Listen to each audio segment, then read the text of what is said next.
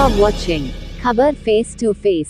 दर्शकों, स्वागत है आपका खबर फेस टू फेस में। मैं ज़ीशान आज़मी। आज की ताज़ा खबर देखने से पहले हमारे चैनल को सब्सक्राइब कीजिए और बेल आइकन दबाना ना भूलें ताकि आपको डेली अपडेट तुरंत मिल सके। आइए देखते हैं आज की ताज़ा खबर। सांसद असदुद्दीन ओवैसी का एक वीडियो वायरल हो रहा है जिसमें वो एक मीट शॉप पर पहुंचते हैं और रेहान बीफ शॉप जिंदाबाद कहते हैं।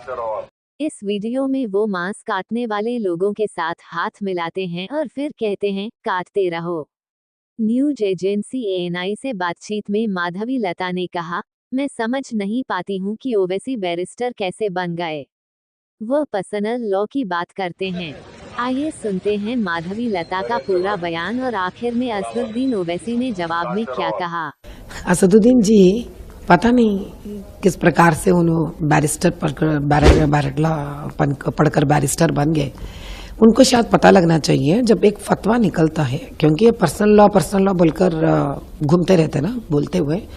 जब पर्सनल लॉ के अंदर एक फतवा निकलता है तो क्या मतलब है उसका, that it is a law for them in that religion, जिसमें जो फतवा निकलता है उसके हिसाब से वो लोगों को उसी दायरे के अंदर रहना है या उसको मानना चाहिए। जब फतवा निकला है कि आप बीफ नहीं खाना चाहिए तो इन फतवे के अगेंस्ट कैसे जाल रहे हैं उन्होंने, तो इसका मतलब है इनको अपने खुद का मजहब का भी लिहाज नहीं है। तो उनको जब मर्जी में आया उन्होंने एक बोल लेते, जब दूसरे मर्जी में आया दूसरे बोल लेते, जब उन्होंने सडन मुसलमान बन जाना चाहिए मुसलमान बन जाते, जब बनना नहीं है उनको नहीं बनते। भाई इसके अलावा मैं आप एक सवाल करती हूँ आपसे, क्या एक मुसलमान का जीवन इतना छोटा है कि बीफ काटो बीफ खाओ फिर बीफ काटो बीफ खाओ, ये बोलते हुए आप वोट मांगने जा रहे हो। आप असेंबली इलेक्शंस पे भी उन्होंने ऐसे एक मुद्दा खड़ा करे, शायद आपको याद नहीं है, तभी भी उन्होंने यही बताया अगर आप AMIM को वोट नहीं दोगे तो ये लोग आपको बीफ खाने नहीं देते।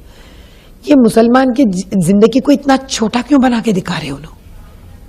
हम तो किसी को बोल के नहीं फिरते ना, तुम तरकारी खाओ, ये हमारे को वोट डाले तो तरकारी खाने देते, नहीं तो तरकारी खाने नहीं देते या चावल खाने नहीं देते। अरे यार, किसी की जिंदगी पढ़े लिखे होना, एक ऐसे ओहदे पे आना कि शान बनी खुद के लिए, परिवार के लिए, देश के लिए पैरों पे खड़े रहने की बात कहना चाहिए, जहाँ पे आप पढ़े लिखे हो जाओ। हाँ, आप डॉक्टर बनो, इंजीनियर बनो, चार्टर्ड अकाउंटेंट बनो, तो मेरे जैसे लॉयर बनो, ऐसा तो कुछ बोलना चाहिए ना। बीफ खाओ का क्या मतलब है, बीफ काटो का क्या मतलब है। वोट मांगने के लिए इससे ज्यादा कुछ नहीं मिला उनको बोलने के लिए। साफ करवाने की बात करना, कचड़े निकलवाने की बात करना, अरे मैं ड्रेनेज सही करवाता हूँ, आप लोगों को पक्के घर देता हूँ, मदरसों में मैं पढ़ाई दे दूंगा आपको, वक्फ बोर्ड से के जो प्रॉपर्टीज चले गए उसको वापस लेके आऊंगा मैं। अरे जो हो गया सो गलती हो गया हम लोगों से, ये बात नहीं करेंगे। आप एक मुसलमान की जिंदगी इतनी छोटी बना दे रहे बीफ के लिए, ताजुब की बात है मेरे लिए। वो सिद्धियंबर बाजार की मस्जिद के सामने एक हरकत करती है तीर मारने की। मैं पूछना चाहता हूं, क्या बीजेपी 6 दिसंबर से दिल नहीं भरा तुम्हारा? क्या तुम फिर से इस मुल्क को हिंदू और मुसलमान की नफरत में डुबोना चाहते हो? क्या बात है कि तुम तीर बनाकर एक इबादतगाह के ऊपर मारते हो? क्यों, क्या तुम्हारे दिलो दिमाग में कोई सोच नहीं है इतनी नफरत कैसे पैदा हो गई? क्यों तुम हैदराबाद को आग में झोंकना चाहते हो? क्यों तुम तेलंगाना को बर्बाद करना चाहते हो? बीजेपी RSS वालों, कौन इन्वेस्टमेंट करेगा तेलंगाना में? कौन हाईटेक सिटी में सॉफ्टवेयर कंपनी में इन्वेस्ट करेगा? अगर फसाद होगा तो गूगल, फेसबुक, Amazon वाले रहेंगे हैदराबाद में? ये दवाइयों की कंपनियां हैदराबाद में रहेंगी? ये जमीनात के रेट जो थोड़े गिरे हुए हैं वो रहेंगे क्या, बताओ? मगर बीजेपी हैदराबाद के अमन को बर्बाद करना चाहती है, तीर मार रहे। ऐसा लगता है कि बीजेपी को एक और नुपुर शर्मा की जरूरत थी। मेरे अजीज दोस्तों और बुजुर्गों, और बार बार बोलते हैं बीजेपी वाले कि मुस्लिम अकलियत बहुत बच्चे पैदा करते। कहना चाहेंगे कि हैदराबाद के अमन के लिए बीजेपी RSS से खतरा है और बीजेपी RSS वाले एक रिलीजियस स्ट्रक्चर के सामने इस तरह से वल्गर एग्रेसिव एक्शन करते जो आप लोग नहीं चला रहे।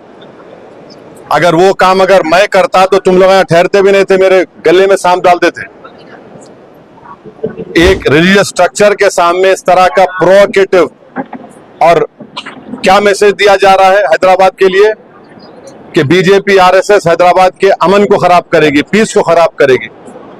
मैं हैदराबाद तेलंगाना की आवाम से और खास तौर से यूथ से अपील कर रहा हूं, हैदराबाद में पिछले 15 साल से पीस रहा है। ये बीजेपी आरएसएस तेलंगाना और हैदराबाद के अमन को खराब करना चाहते हैं, ब्रांड हैदराबाद को बर्बाद करना चाहते हैं। तेलंगाना की पीस और के लिए, प्रॉस्पेरिटी के लिए पीस जरूरी है। और ये जो कल हरकत की गई, जो आप सब लोग वीडियो देख के आप लोग नहीं चला रहे उसको, आप लोगों की आंखें बंद है, ये आप लोगों का बायसनेस है। ये कि एक रिलीजियस स्ट्रक्चर के सामने आरएसएस और बीजेपी वाले इस तरह का एक्शन करते। आप हैदराबाद को, अमन को खराब करना चाहते हैं। और हैदराबाद और तेलंगाना की आवाम इनके इस हरकत को देख चुकी है कि ये लोग, इनके इंटेंशन क्या है, ये क्या फ्यूचर लाना चाहते हैं हैदराबाद और तेलंगाना में।